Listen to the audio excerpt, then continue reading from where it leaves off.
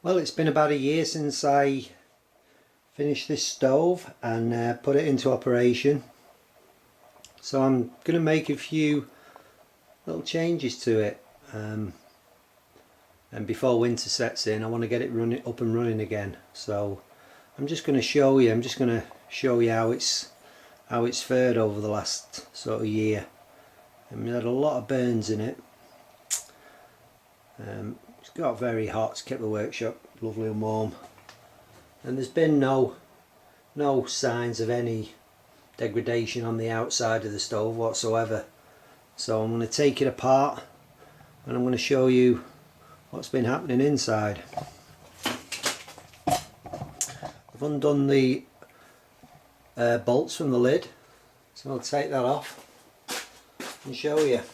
I did say that I'd welded a plate under this, but it was actually a saw blade.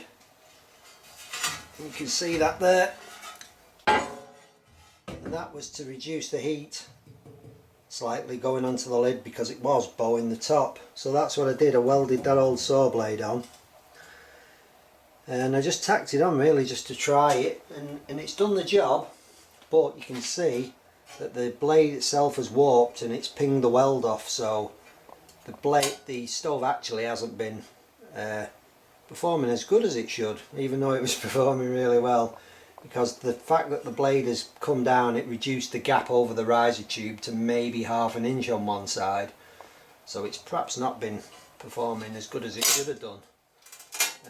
But that's coming off now anyway, and that's all it was, just an old saw blade.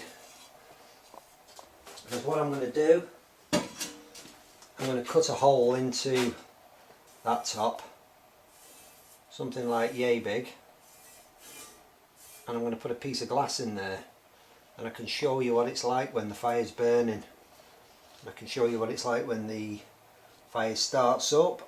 I can show you what it's like when it's gassing and when the secondary air is introduced, because it sounds to me like there's a very nice sort of flame, gassy burning flame going on inside there when the secondary air comes in and the fire starts gassing. I don't know, but I'm really interested to see what's going on in there, so we'll find that out.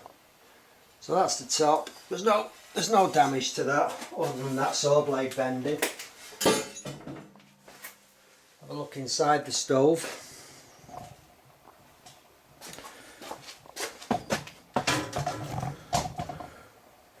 You'll probably see the riser's intact. People keep asking me about this riser, and you keep asking me, has it cracked, is it falling to pieces, is it yada da da. Well, no, it's not. Just get this camera over the actual riser so you can see inside there. You can see there's no damage to it whatsoever.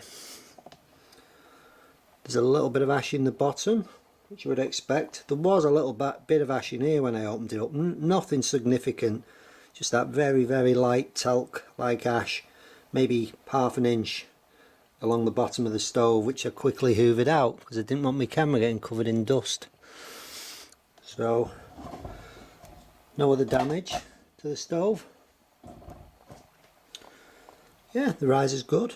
So that is a good mix. That refractory mix is good. It's not cracked, it's not falling apart, no problems whatsoever. The other part of the stove was the firebox.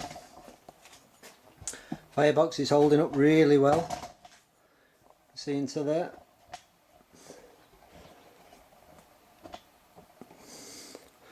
Yeah, it's held up really well. There's no problems with it whatsoever. The only slight problem is a little gap, which I pointed out in one of the other videos. A little gap forms underneath, and if you look down there, you can just see, you can just see the flames and the gases being transferred into the riser, and that is because this is only 3mm, and when this all gets superheated, that tends to bow, and it bows in, unfortunately, rather than bowing out. So it creates a slight gap down there at the mouth, where the mouth of the riser tube is, the burn tunnel into the riser tube. creates a little gap just up there, so you can just see, and you can just see flames passing. It's ever so slight, it's probably 1-2 millimeter, but it also means it's drawing air in when the stove's gassing. So I'm going to correct that. I'm going to fix that by welding a couple of plates on, and I'll show you what I'm going to do. So if you're going to build this stove, or you're thinking of building this stove, I would beef that area up behind the firebox, or weld some plates on like I'm going to do, just to stop that bowing and movement. The lining I put in was only temporary, and it's held up perfectly well. There is nothing wrong with it. The firebox is good. No signs of any damage, warping, bending, nothing whatsoever. So all in all, we're good.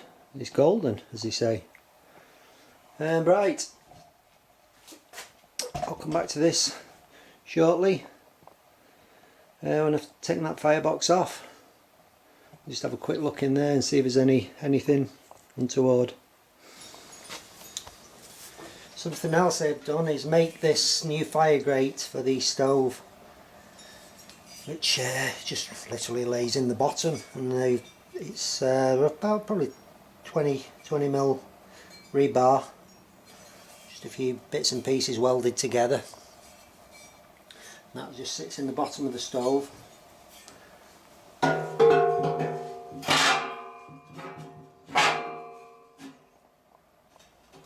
And that about completes the firebox really. So I'm going to get the refractory put inside here now, and I'm just going to use probably similar stuff I used last time, just bits and pieces, just fixed in together with some refractory mortar, because I can't really be bothered casting new refractory for the inside of this, as it's going to be quite difficult to fit. So I think bits and pieces all sort of packed in. It's stood up well the last 12 months, so no reason why it shouldn't last another 12 months. That's that job done. Put the lining in. Used mostly the old lining that was in there, just little bits and pieces. It's about 3/4 of an inch thick, something like that. That's been put back in.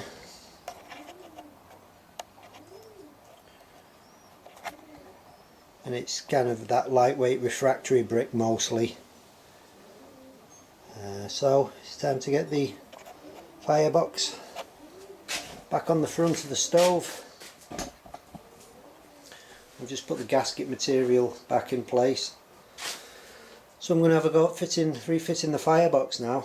I have changed the mounting slightly on the stove, whereas before it was tapped into them holes. I've now extended the fixings out so that I can put an outer shroud around the firebox to keep the heat inside it. We can get some gasification going on. So I'll get the firebox bolted on now. Hey everyone, I can't really remember where I'm up to on this video now, because I've actually been filming it over many weeks. I've not had enough time to work on the stove, but I finally got it all assembled anyway. You can maybe see that there's a crack in the firebox door there.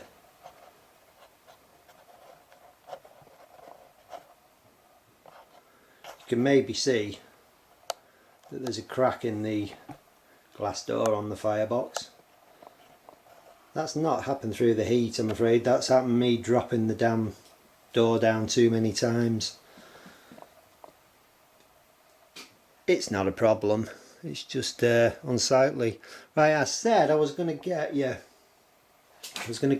a view into the stove, and I was going to get some glass. Well, really I haven't been bothered getting any glass. Why?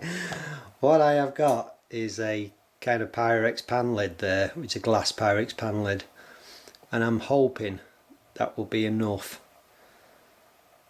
and it will last long enough so you can actually see what's going on inside that riser tube. If that happens to break or crack or shatter, what I'm going to do, I'm going to put the door from the firebox I'm going to put the door on top, and then we'll just view that, and I'll put a piece of steel over there temporarily. I decided not to bother in the end putting a glass top on the firebox, you know, permanently, because this top is prone to buckling with the, you know, it's tremendous heat produced, and it just kind of tend to bow that top out.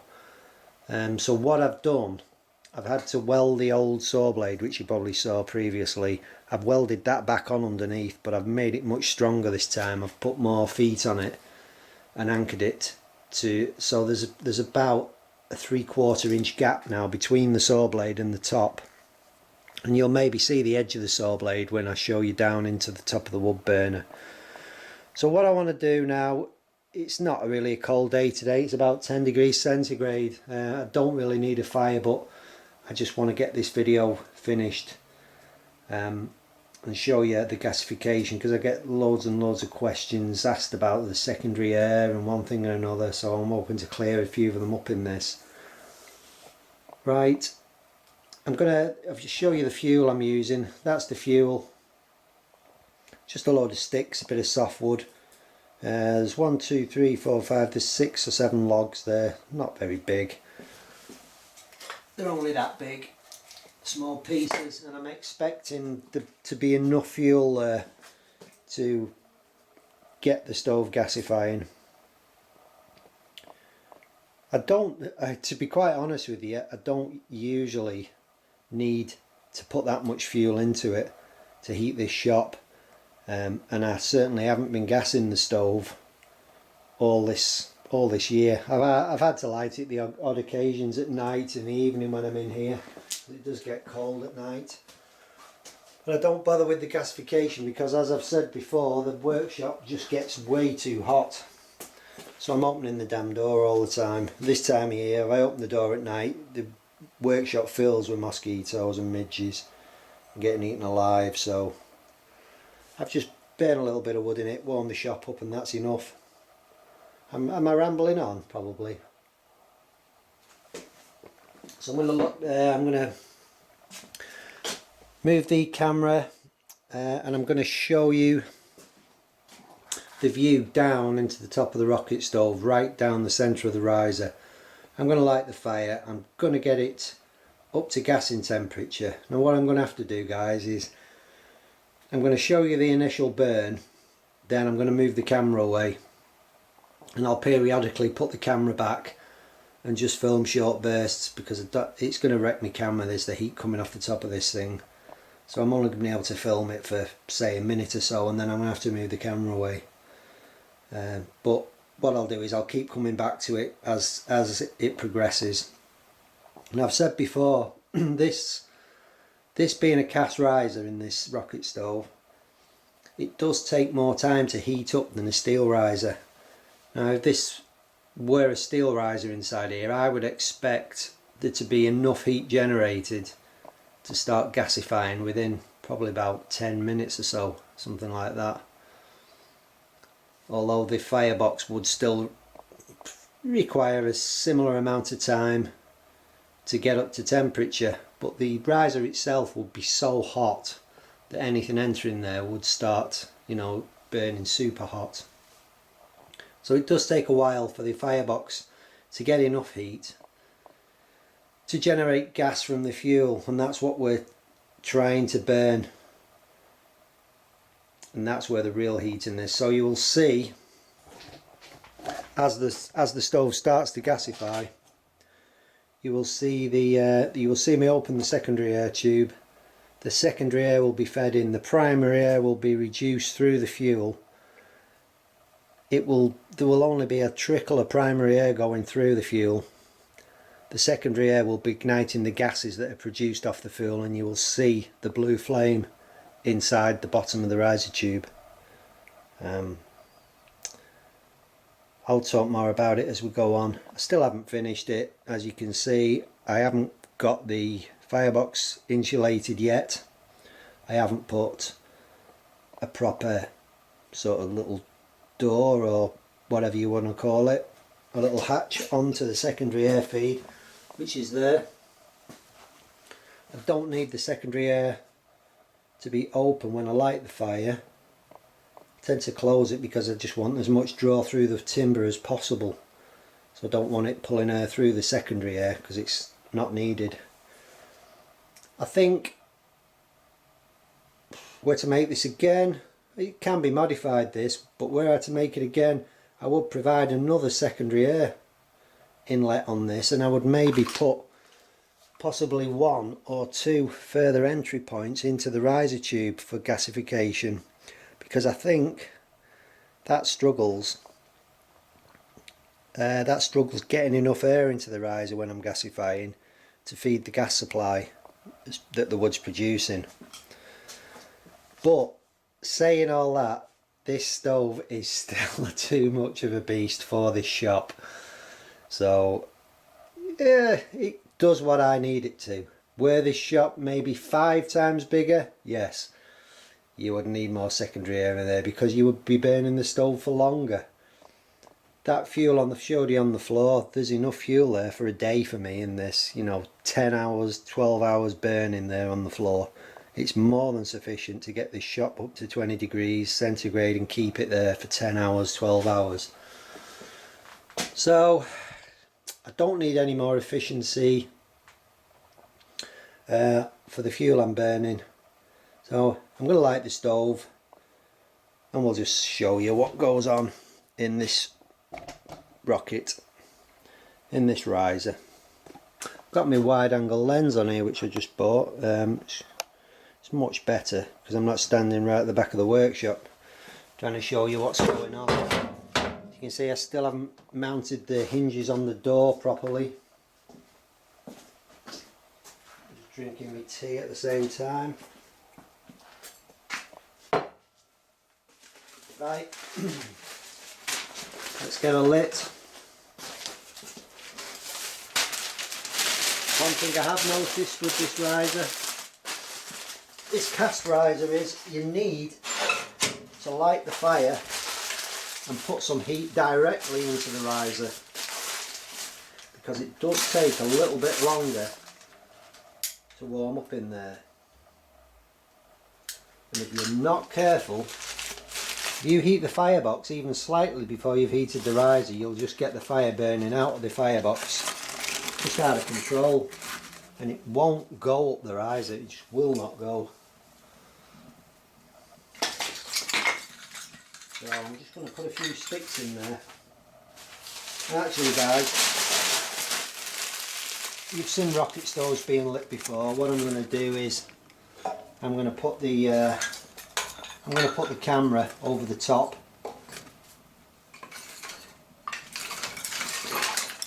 and I'm going to show you down into the riser so you can see what's going on.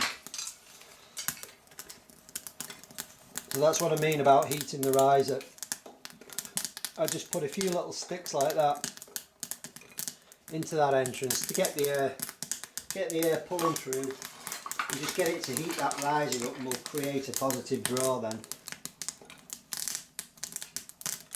I don't want to create too much heat in the sides of this because the heat will just start rising and the fire will start feeding back on itself, which is the case actually in a lot of rocket stoves. A lot of people have problems with that, and that's all it is. You simply got too much heat in your firebox and not enough in your riser, so you're getting a reverse burning effect, if you like.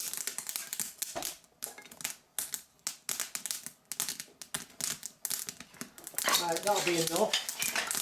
That'll be enough fuel in there to heat up the riser tube. And we'll put a few sticks in there now to let the fire burn back. Now, I'll reposition this camera. Okay, we're looking down now into the rocket stove through the pan lid, and you can see the vortex action going on in there. This pan lid's holding up so far.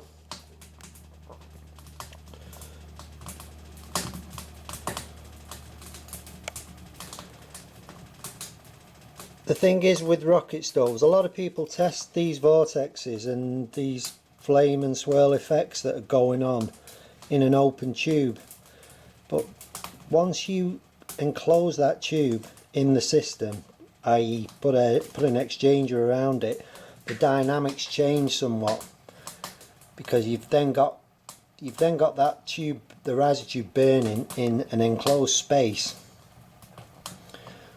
and you know it's not wide open at the top to the atmosphere. It's got resistance inside the exchanger. So what may burn as a freestanding riser tube outside will not necessarily burn inside an enclosed system. And it's all about airflow. You must have enough airflow coming in. You must allow the stove to get the air out, i.e. via the flue. That's really all rocket stoves are about. You must have enough gap over the top of the riser tube for the gases to escape. So you can see the vortex there, and what the vortex does, it allows the flame to circulate inside the riser tube, so it just stays in there slightly longer. Actually, flame actually just stays in there, and it generates more heat inside the riser, and that's what we're trying to achieve here. We're trying to get that riser tube as hot as we can, so that it will become really efficient at burning the gases coming off the fuel. And the other benefit of the vortex is when we introduce the secondary air supply into that, it mixes really well with it. That's why the secondary air feed is always better at the mouth where the flame comes in, because you can mix it better. So that's what I'm burning, guys. There's just them few sticks in there. Not much, it's just a few sticks in the bottom. So I'm going to put some more wood in now, and we'll start getting some heat into this riser tube. Back in a sec. So I've just put some more wood in here. Firebox is about half full. You can see it's not really hot as yet, but the riser tube is certainly getting a lot of heat into it now. And you can tell this by the way the flame is climbing up inside of the riser tube. So the riser tube's actually,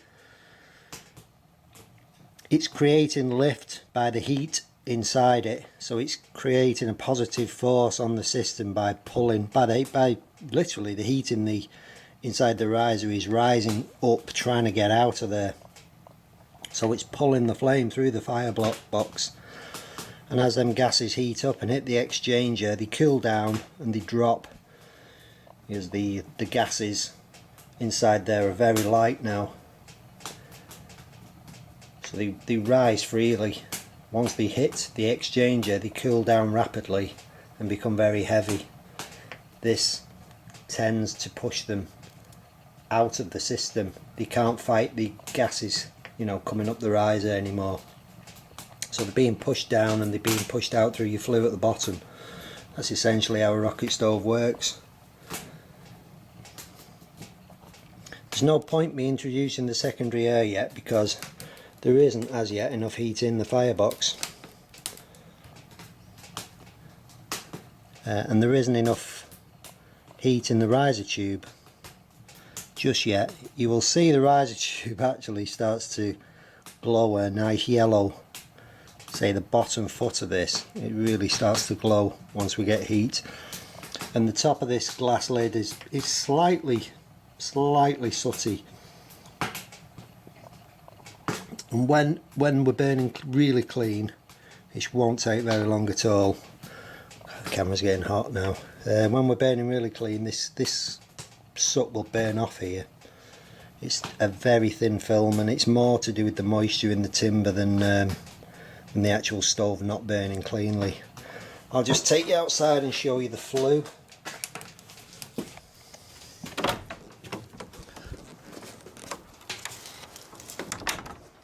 That's the amount of steam being produced. This isn't smoke, as I've said before, it's just steam. It's coming from this fuel. You can see that just literally disappears as it leaves the chimney. Doesn't smell at all of anything. Just wisps away.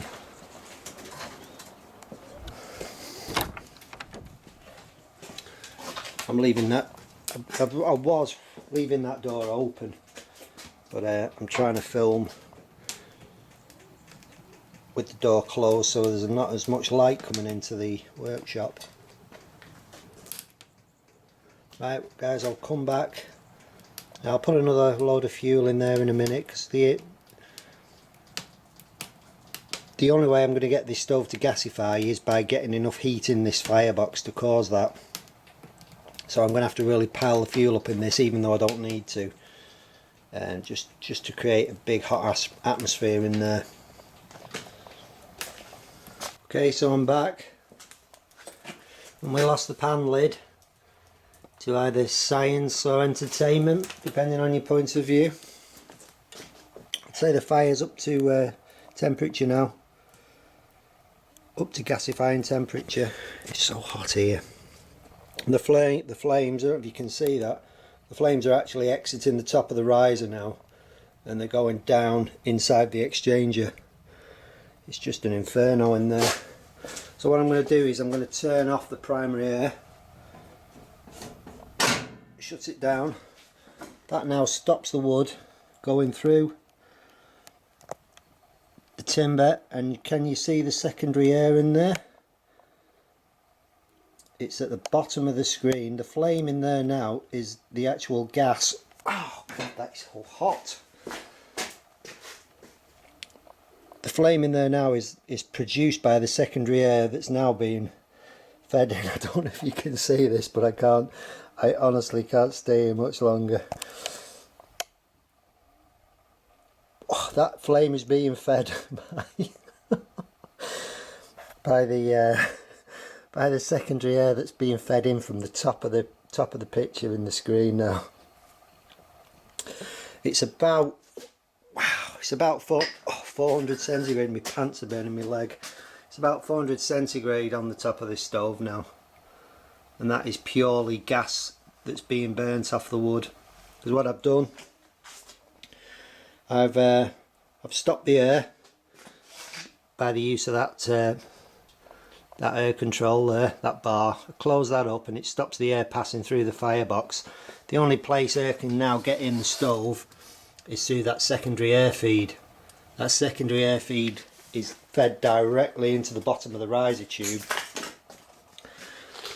So it is now that is burning. The gas is coming out of the firebox. If you can see that or not. So as the flames are coming, as the gases are coming in from the firebox, they're igniting with that air. It's not maybe such a clear picture in there at the moment. I'll try and get that a bit better.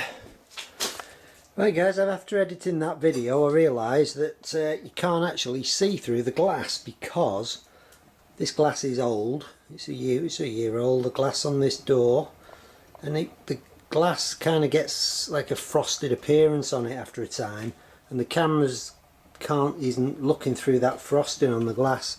So I've come back now as it's dark, and can probably get a better picture of inside what's going on inside now. So there's the fire still burning.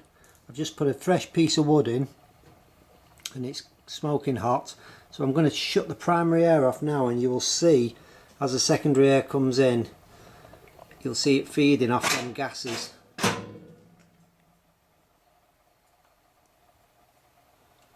You see that there now? The secondary air and the feed. That's what I mean, because the flame's now entering. In fact, the stove isn't as hot, I've let it die down a little bit. That's it, the update on my stove. As you can see, I've still got to put a proper shroud around this insulation on the firebox. And that hole, I cut that hole in there really just to show you guys what was going on. I'm going to weld another plate over the top of that. And as I said in a previous video, I want to put some ribs along the top of this just to drag some heat out the top of it, and I'll just get away with burning even less fuel then. So that's it for now fellas, hope you enjoyed that. Hope Hope it explained a lot of your questions, and I'll see you in the next video. Bye for now.